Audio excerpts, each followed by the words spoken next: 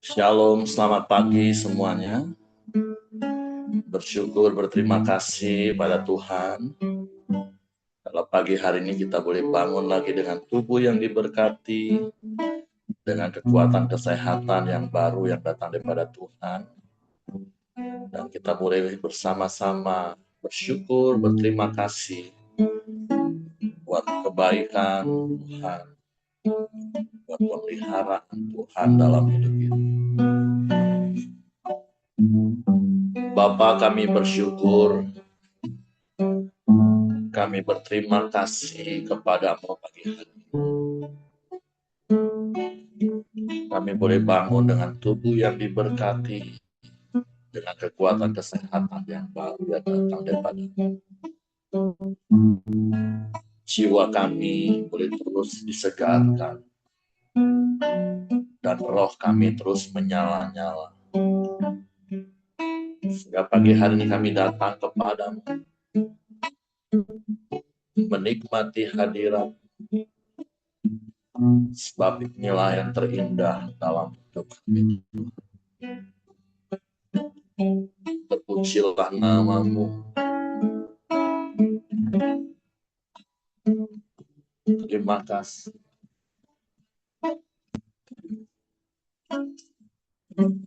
Saat indah ku berhadapan denganmu,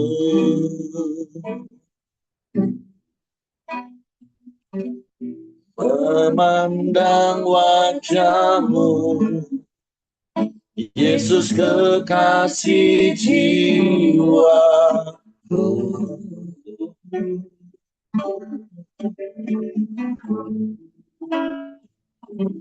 Bawa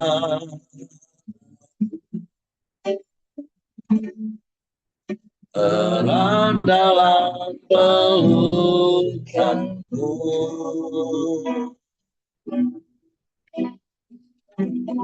menikmati kasih dan indahnya hadiratmu.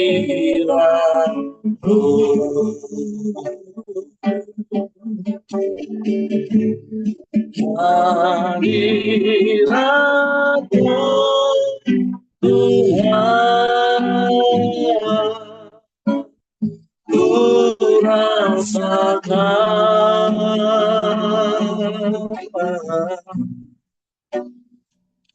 kekudusanmu Bapa, penuh itu ku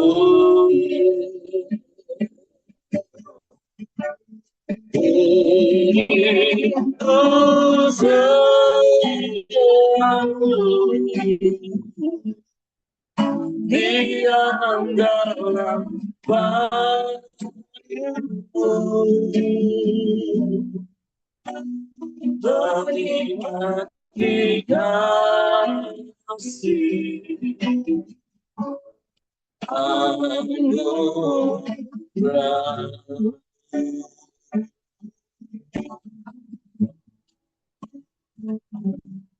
Sangat indah berhadapan denganmu,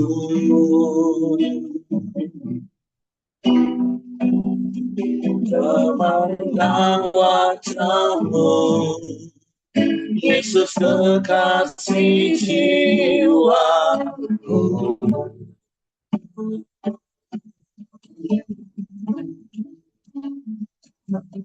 Bawa aku berada dalam pelukanmu,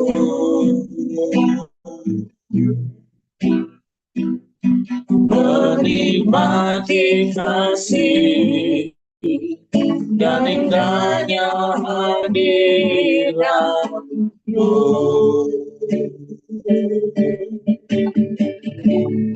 Hadiratmu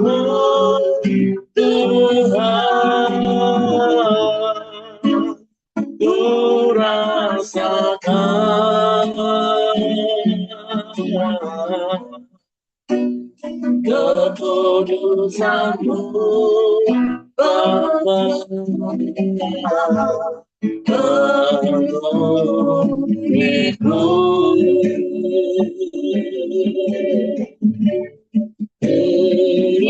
Engkau selalu diam dalam baitmu, menikmati kasih lalu hadirat-Mu Tuhan, hadirat-Mu Tuhan, ku rasakan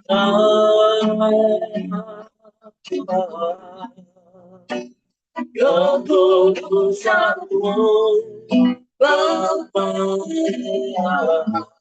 penuhiku.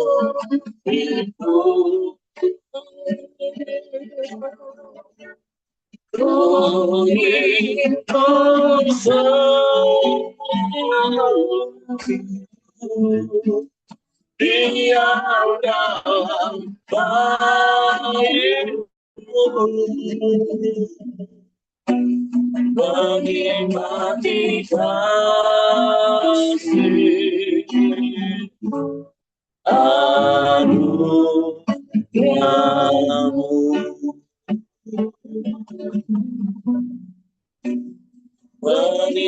menikmati kasih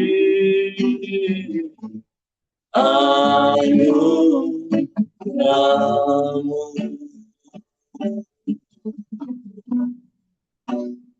menikmati kasih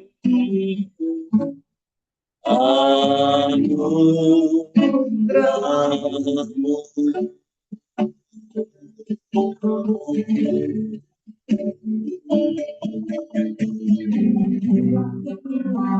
Menikmati kasih anugerah-Mu,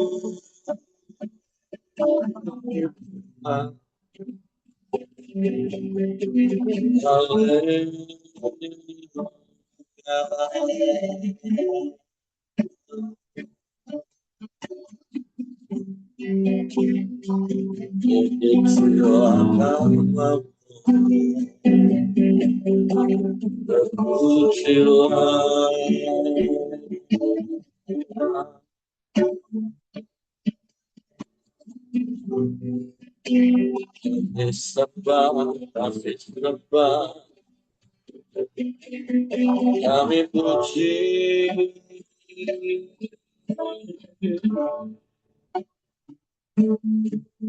kami muliakan nama-Mu,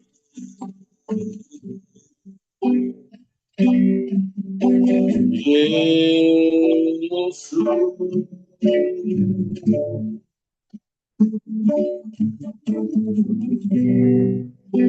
Terpujilah nama-Mu, terpuji.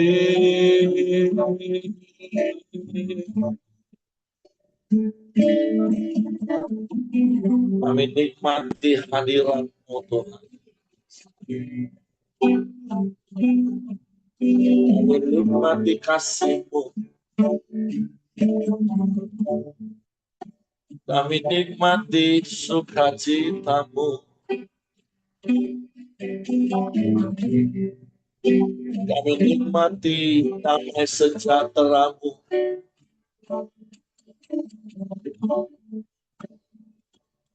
kami nikmati rasa tenang di hadirat-Mu Tuhan, indah dalam hadirat-Mu selamanya.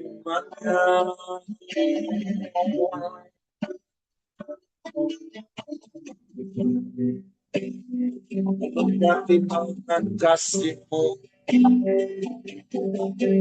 menikmati lingkupan kuasa-Mu. Kami aman Tuhan,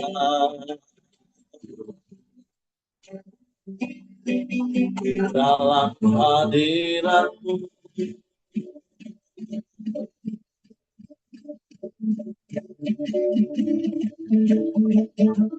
Sebab kami dapat berkata lebih baik satu hari di pelataran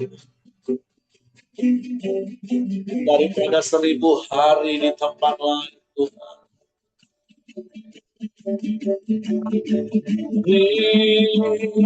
Terima kasih.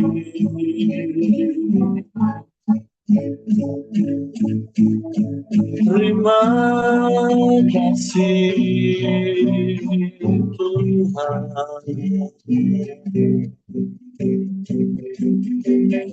Haleluya.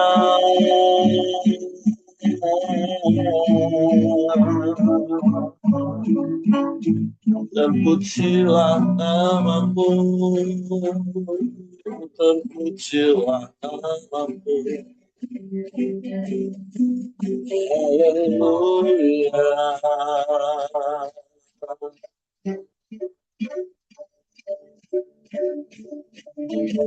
Ajaib Tuhan, ajaib Tuhan.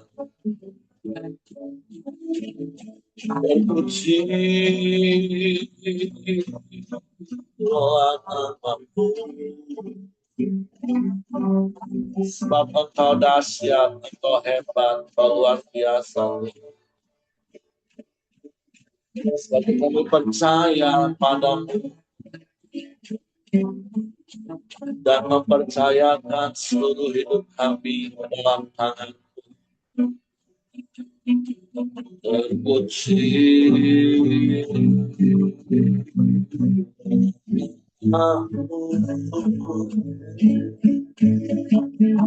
terpuji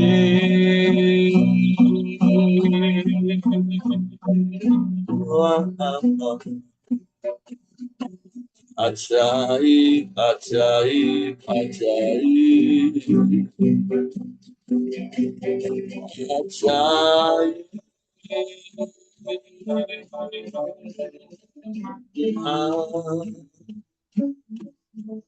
Mulialah nama-Mu, mulialah nama-Mu. Kami menyembah, kami memuji-Mu, sebab Engkau yang layak. Hanya Engkau satu-satunya, tidak ada yang lain, tidak ada yang sama seperti. Hanya kepadamu, hanya kepadamu hatiku percaya. Sebab Engkau Bapa yang setia,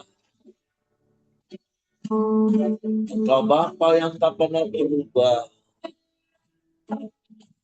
dulu, sekarang, bahkan sampai selama-lamanya.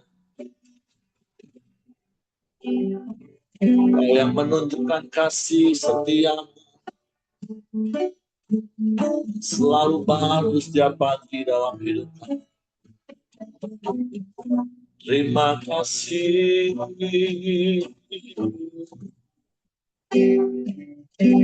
Terima kasih.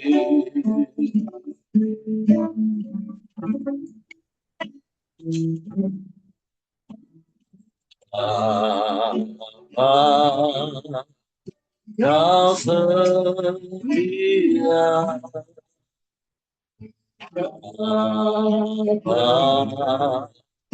kamu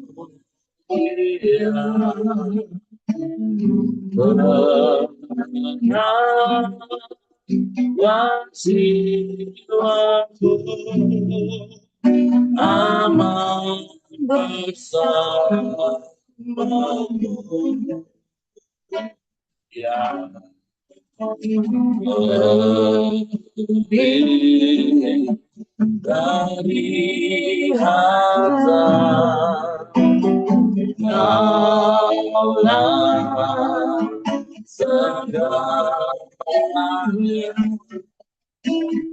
tenanglah jiwaku dalam hadiratmu.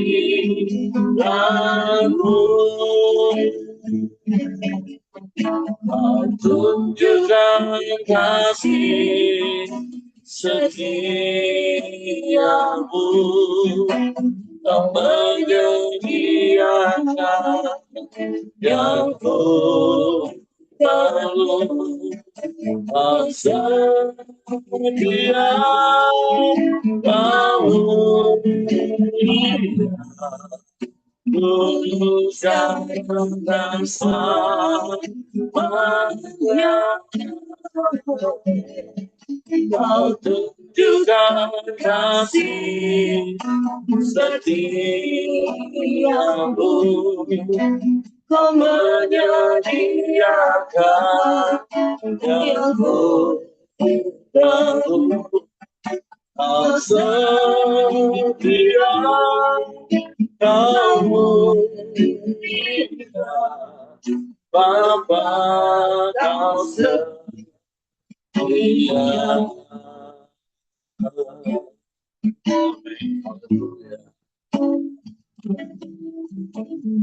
Bapa, Kau setia.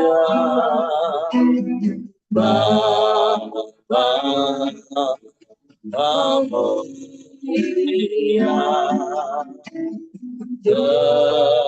tenanglah jiwaku aman bersamamu.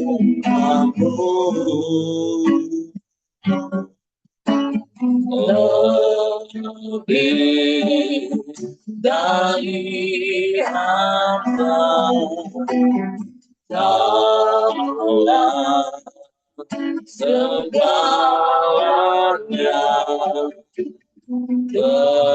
tenanglah jiwaku dalam hadiratmu. Kau tunjukkan kasih setiamu, Kau menyediakan yang ku perlu. Kau sedia, Kau mulia, tulus dan selamanya. Kau tunjukkan kasih setiamu, Kau menyediakan yang ku perlu. Kau sedia, Kau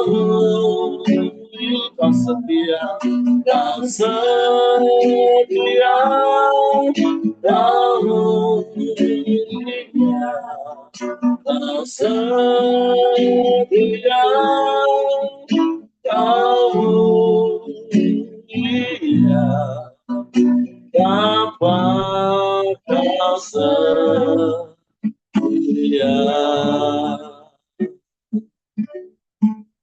Sungguh kami bersyukur mempunyai Bapa yang seperti Bapa yang setia, Bapa yang tak pernah berubah, dulu, sekarang, bahkan sampai selama-lamanya. Janji firman-Mu ya dan amin, dan tidak pernah berubah. Sebab itu kami mau terus pegang janji firman, kami simpan dalam hati kami. Suatu pagi hari kami buka hati kami lagi untuk firman. Roh Kudus, tolong kami untuk dapat mengerti dan memahami firman-Mu. Sehingga kami percaya firman-Mu dan kami melakukannya dalam hidup. Kami sambut firman-Mu dalam nama Yesus. Haleluya. Haleluya. Oke, silakan istriku.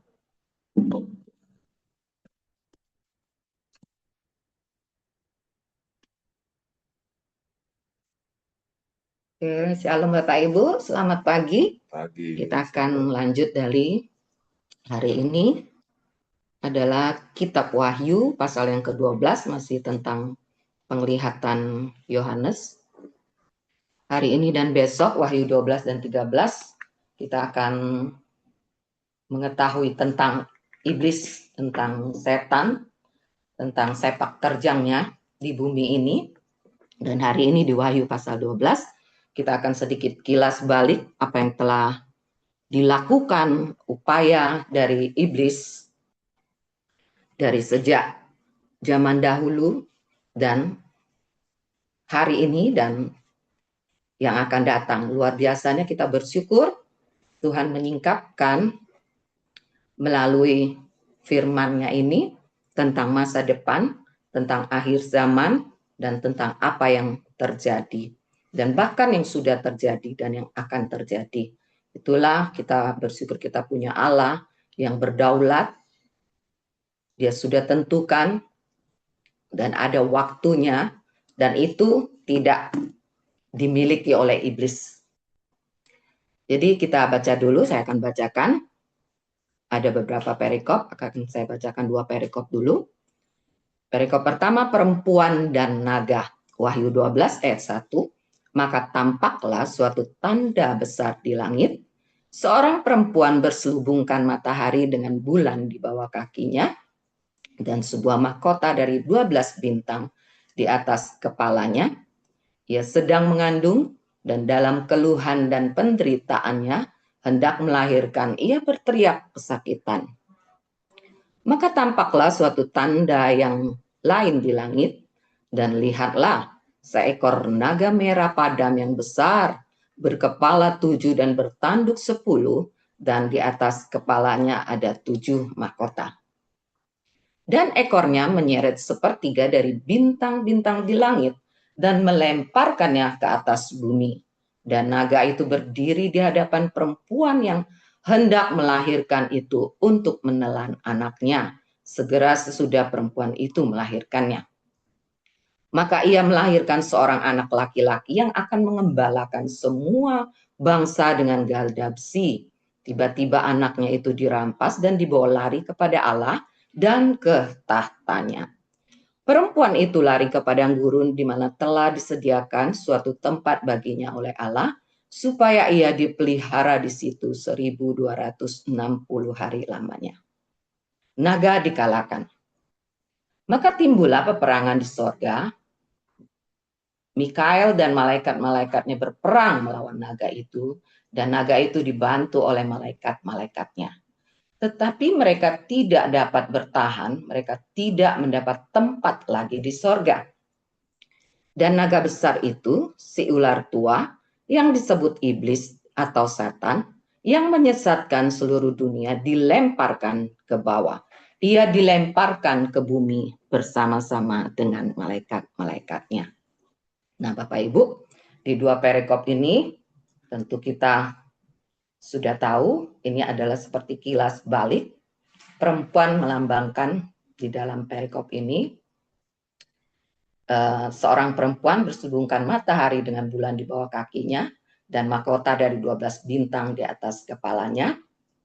Dan dia melahirkan seorang anak laki-laki. Di sini di ayat 5 berkata, anak ini memakai huruf besar Bapak Ibu. Jadi ini adalah gambaran tentang Israel. Dengan 12 suku, kita ingat, kalau kita ingat mimpi Yusuf, ada bintang-bintang, 12 bintang, dan perempuan ini anak laki-laki ini adalah Yesus. Bagaimana Yesus dilahirkan dari keturunan Israel. Nah, di dalam perikop ini yang saya dapatkan bahwa ternyata iblis ketika dia jatuh, ketika dia ingin menyamai Allah, dia tidak hanya sendirian, dikatakan dia menyeret sepertiga dari bintang-bintang, itu juga melambangkan malaikat-malaikat yang jatuh, yang ikut bersama iblis. Dan mereka kita sudah baca, dia dilemparkan ke bumi. Dan dia mengetahui bahwa tentunya dia juga mau mendapatkan pengikut. Tapi ketika dia tahu bahwa Yesus akan lahir, Yesus akan menebus umat manusia, itulah dia mengejar untuk membinasakan. Tapi kita tahu bahwa dari sejarah, dari sejak zaman kelahiran Yesus, bagaimana iblis berusaha menggunakan Herodes untuk membunuh Yesus, dan itu tidak berhasil. Seperti ini dikatakan bahwa anak itu dibawa kepada Allah dan kembali ke tahtanya. Jadi di perikop pertama ini, dan yang kedua kita tahu bahwa siapa itu iblis. Dia sudah dilemparkan ke bumi. Dan di perikop ketiga, saya akan bacakan tentang nyanyian kemenangan. Dan aku mendengar suara nyaring di sorga berkata, sekarang telah tiba keselamatan dan kuasa dan pemerintahan Allah kita, dan kekuasaan Dia yang diurapinya, karena telah dilemparkannya ke bawah pendakwa saudara-saudara kita, yang mendakwa mereka siang dan malam di hadapan Allah kita. Dan mereka mengalahkan Dia oleh darah anak domba dan oleh perkataan kesaksian mereka. Karena mereka tidak mengasihi nyawa mereka sampai ke dalam maut.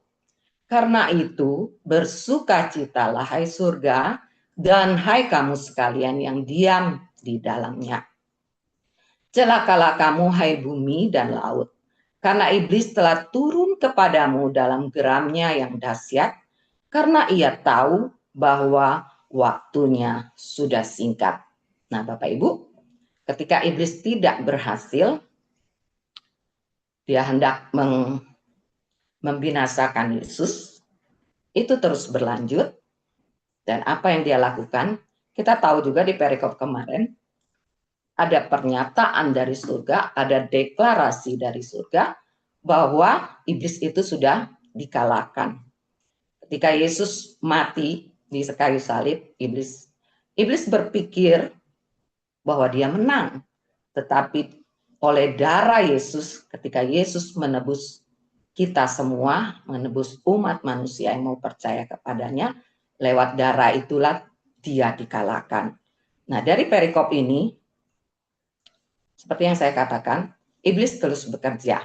Bahkan sampai saat ini, kalau nanti perikop terakhir kita baca, dia tidak hanya geram, Bapak Ibu. Dia sudah marah. Dia sangat marah. Gitu. Kalau di sini dikatakan dia geram karena dia tidak berhasil untuk mengambil Yesus dan bahkan dia dikalahkan. Jadi dia hanya bisa mendakwa, dia hanya menuduh, di sini dikatakan siang dan malam. Dia akan terus mendakwa, menuduh kita, mengintimidasi kita. Dan yang harus diketahui bahwa iblis tidak berkuasa untuk membunuh atau mengambil nyawa kita. Tetapi dia hanya bisa menyakiti, menyiksa, secara fisik.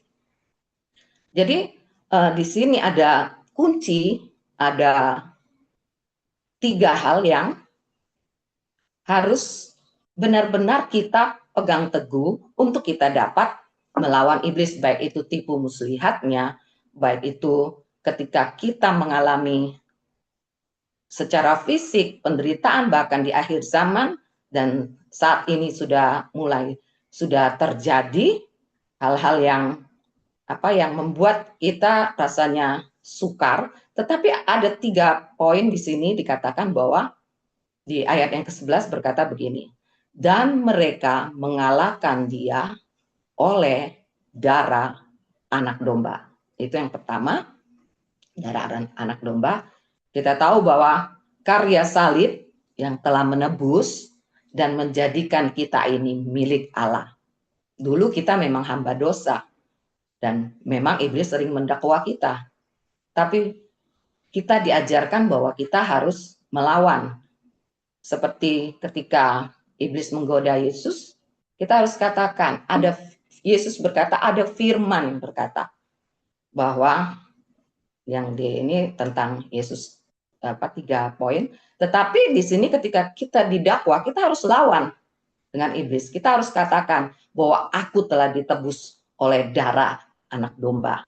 Bahwa hidup kita ini, kita dibungkus oleh darah Yesus. Bahkan ketika kita datang menghampiri tahta kasih karunia Tuhan, kita koram deo dengan Tuhan semata-mata, itu ada darah Yesus yang menutup bungkus kehidupan kita masing-masing secara pribadi.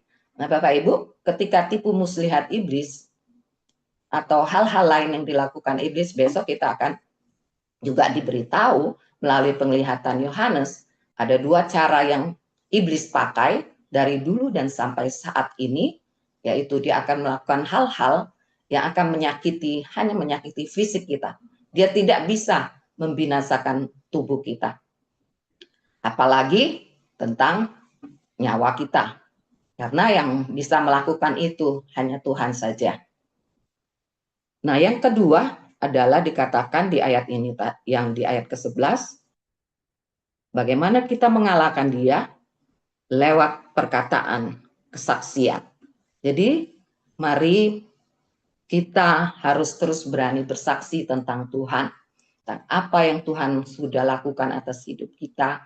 Kita harus menceritakan kabar baik, sehingga Bapak Ibu, tidak hanya kita bisa membawa orang kepada Yesus di satu sisi, tapi ada hal lain bahwa itu salah satu kita mengalahkan iblis. Demikian juga apa yang dilakukan oleh Yesus, ya Yesus akan selalu berkata, ada tertulis. Jadi mari kita mau praktekkan, kita mau pakai firman Tuhan yang ada di lidah bibir kita. Dia tidak jauh, kata firman berkata, dia ada di bibir kita. Jadi kita mau terus saksikan tentang Tuhan. Itu adalah hal kedua yang bisa kita lakukan untuk kita melawan iblis. Dan hal yang ketiga dikatakan di ayat yang ke-11 ini, tidak hanya mengalahkan dia oleh darah anak domba, oleh perkataan kesaksian mereka, juga karena mereka tidak mengasihi nyawa mereka sampai ke dalam maut. Artinya apa, Bapak Ibu? Kita tidak takut mati, baik itu dengan ancaman ataupun dengan dakwaan iblis. Kita harus punya sikap hati yang setia kepada Tuhan. Apapun yang dilakukan oleh iblis, seperti yang saya katakan tadi, dia tidak membunuh kita, tidak bisa mengambil nyawa kita, seperti apa yang dilakukan kepada Ayub. Dia hanya akan menganiaya secara fisik. Jadi bagian kita miliki punya sikap hati bahwa aku harus selamanya ikut Tuhan. Aku tidak menyayangkan nyawaku, karena kita tahu bahwa hidup kita itu di tangan Tuhan, dan pada akhirnya kita akan hidup di dalam kekekalan. Itu tujuan akhir kita, hidup dalam kekekalan. Nah, jadi di perikop ini kita diajarkan bagaimana cara kita melawan iblis. Dan di akhir perikop berkata bahwa iblis itu di bumi, memang bahwa bumi ini adalah kekuasaannya, dan dia melakukannya terus dari dulu sampai sekarang, dan bahkan pada masa yang akan datang sampai kesudahan. Karena dia tahu, di perikop yang terakhir berkata, iblis tahu bahwa waktunya sudah dekat. Nah, seperti yang saya katakan tadi, kedaulatan tetap di tangan Tuhan, dan Tuhan beri waktunya untuk masa penganiayaan itu. Sering seperti yang kita baca di Wahyu ini, sudah ditentukan 3,5 tahun. Waktu itu 3,5 tahun, dan itu pun maut tidak ada.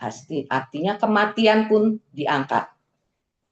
Nah, di perikop yang terakhir, Ini juga penting bagi kita Bapak Ibu. Naga memburu perempuan itu. Dan ketika naga itu sadar bahwa ia telah dilemparkan di atas bumi, ia memburu perempuan yang melahirkan anak laki-laki itu. Kepada perempuan itu diberikan kedua sayap dari burung nasar yang besar, supaya ia terbang ke tempatnya di padang gurun, di mana ia dipelihara jauh dari tempat ular itu selama masa dan 2 masa dan setengah masa. Lalu ular itu menyemburkan dari mulutnya air sebesar sungai ke arah perempuan itu supaya ia dihanyutkan sungai itu. Tetapi bumi datang menolong perempuan itu. Ia membuka mulutnya dan menelan sungai yang disemburkan naga itu dari mulutnya. Maka marahlah naga itu kepada perempuan itu, lalu pergi memerangi keturunannya yang lain yang menuruti hukum-hukum Allah dan memiliki kesaksian Yesus. Nah, sampai saat ini iblis terus bekerja, bahkan dikatakan di akhir perikop ini dia marah, bukan lagi dia cuma geram Bapak Ibu, dia marah, dia tetap mengejar bagian dari Israel, tapi Tuhan memberikan perlindungan. Dan kita percaya bahwa kita di perikop ini adalah siapa yang, bahwa iblis juga pergi memerangi keturunan yang lain. Nah, kitalah orang-orang yang percaya kepada Yesus. Kita adalah keturunan yang lain itu yang juga merupakan apa ya, target dari iblis untuk dia bawa. Nah, kalau besok seperti yang saya katakan ada cara-cara iblis, itu bagian dari besok. Nah, yang saya mau katakan tadi bahwa saya ingatkan lagi bahwa Tuhan sudah memberikan bagi kita kunci untuk mengalahkan iblis. Sekalipun dia geram, dia marah, ingatlah selalu bahwa kita adalah milik kepunyaan Allah. Dengan darah Yesus yang sudah tercurah, yang sudah menutup bungkus setiap kita, untuk iblis tidak bisa mengambil nyawa kita. Dan juga lewat kesaksian kita, hidup kita, mari terus nyatakan firman Tuhan melalui lidah bibir kita, ceritakan tentang perbuatan-perbuatan Tuhan yang ajaib, bahkan hal-hal hidup kita bersama, bagaimana kita bersama Tuhan, itu yang juga menjadi senjata kita untuk melawan iblis. Dan yang ketiga, mari Bapak Ibu, milikilah sikap hati, kita nggak perlu takut mati. Kita harus berani bahwa iblis itu sudah dikalahkan. Tipu dayanya saja yang sering memutarbalikkan, yang terus menuduh, mendakwa kita. Tapi mari kita mau lawan dia Bapak. Dan kunci itu sudah diberikan kepada kita. Saya percaya kita semua pasti bisa. Dan lewat apapun yang iblis akan lakukan, Tuhan sudah mendeklarasikan bahwa dia sudah dikalahkan, dia sudah diremukkan, dan dia tidak dapat melakukan hal-hal yang membinasakan. Dia hanya bisa menipu daya, memang kuasa diberikan kepadanya, bahkan dia bisa menyamar sebagai malaikat terang. Lebih dari semuanya itu, kita punya Allah yang berdaulat. Ada waktu yang sudah ditentukan oleh Tuhan, dan iblis pada akhirnya dia akan dimusnahkan. Ini Bapak Ibu yang dapat saya sampaikan. Mari terus bertekun di dalam Tuhan, mari terus hidup di dalam firman Tuhan, dan percayalah ada banyak yang Tuhan sudah berikan di dalam hidup kita untuk memperlengkapi hidup kita. Baik hidup kita di dalam dunia ini, bahkan hidup untuk melawan kegelapan. Tuhan Yesus memberkati, saya kembalikan pada suami saya. Oke, terima kasih istriku. Jadi pagi hari ini dari kitab Wahyu pasal 12, ya, tentu kita mau belajar hal penting yang secara langsung berkaitan dengan kita seperti apa yang tadi sudah dijelaskan oleh istri saya. Karena memang sekali lagi Kitab Wahyu ini kan ada begitu banyak multitafsir. Seperti saya pernah katakan, bagi kelompok yang menafsirkan dengan faham pre-tribulation, maka pasal 11 dan pasal 12 itu kan pasal yang dipakai mereka menjadi dasar bahwa sebelum datang masa antikris, maka gereja akan disingkirkan.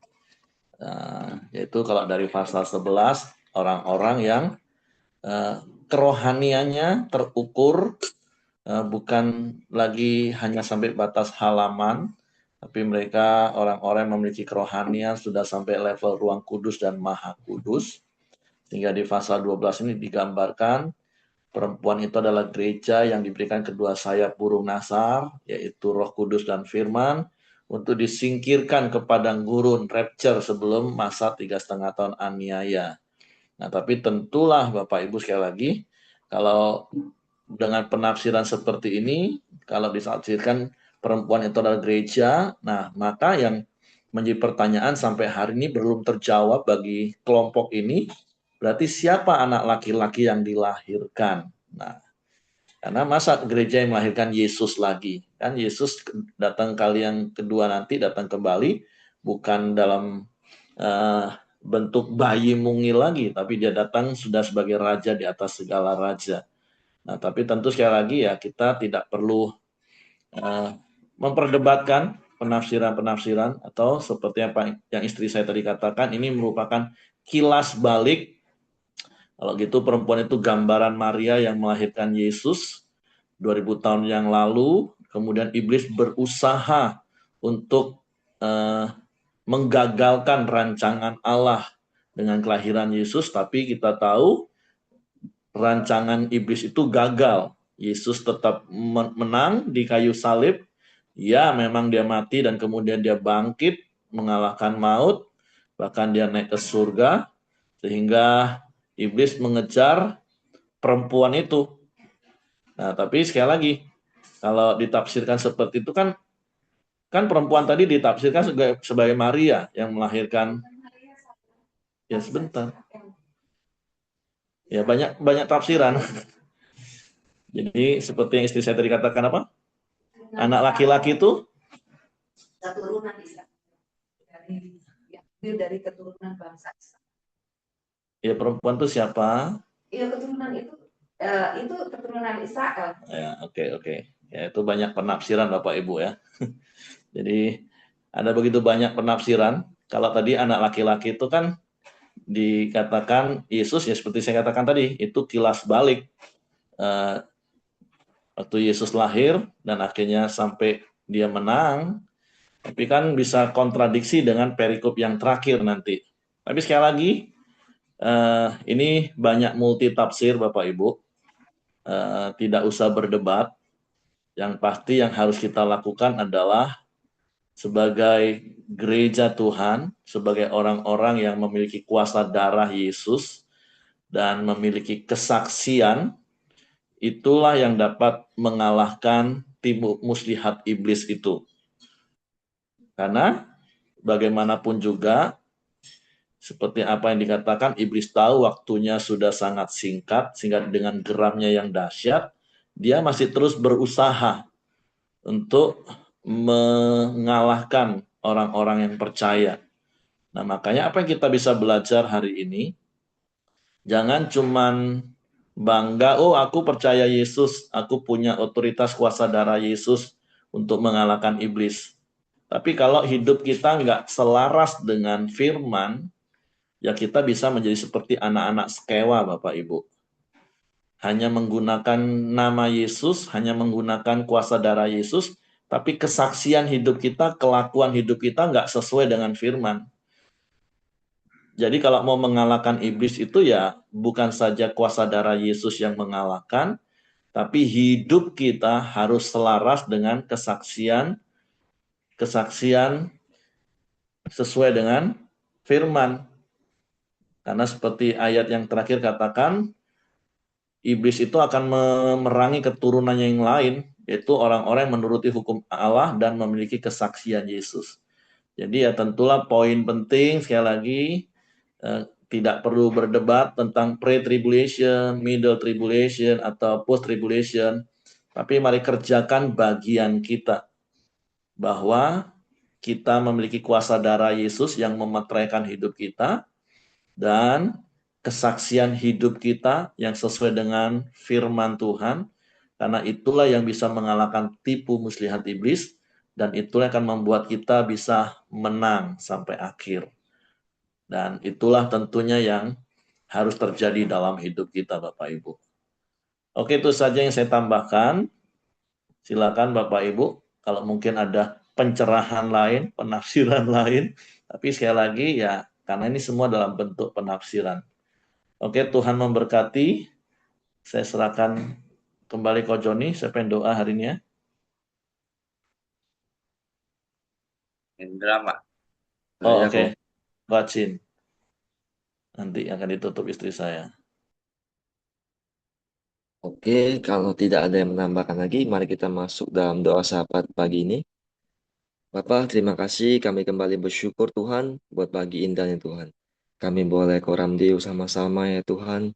Terima kasih juga Tuhan kami boleh mendengarkan sebagian firman-Mu Tuhan. Biarlah Tuhan firman-Mu boleh tetap memperkuat kami ya Tuhan.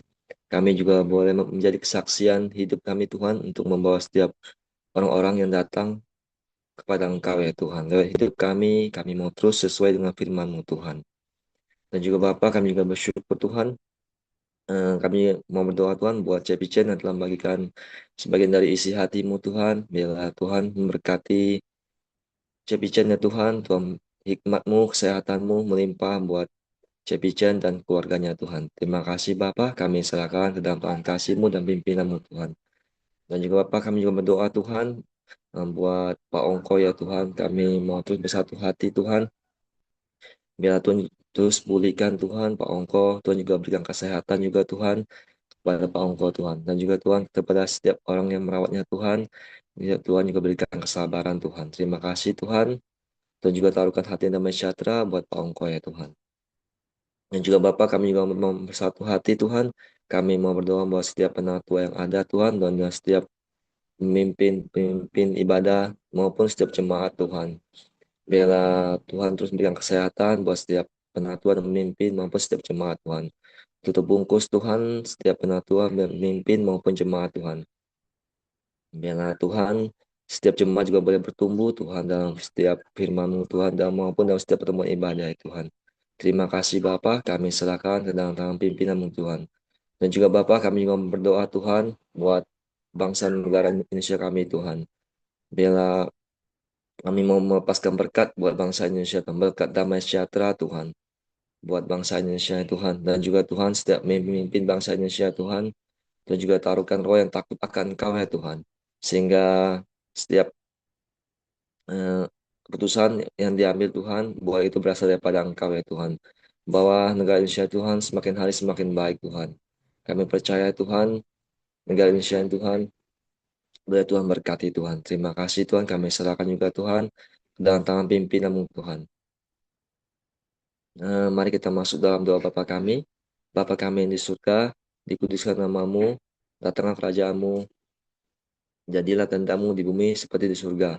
Berikanlah kami pada hari ini makanan kami yang secukupnya, dan ampunilah kami akan kesalahan kami, seperti kami juga mengampuni orang yang bersalah pada kami. Dan janganlah membawa kami dalam pencobaan, tapi lepaskan kami daripada yang jahat.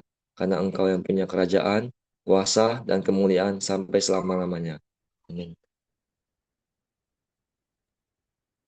Bapa, kami bersyukur, terima kasih Engkau menjadikan kami umat-umat-Mu Tuhan, bahkan Engkau menjadikan kami lebih daripada pemenang Bapa.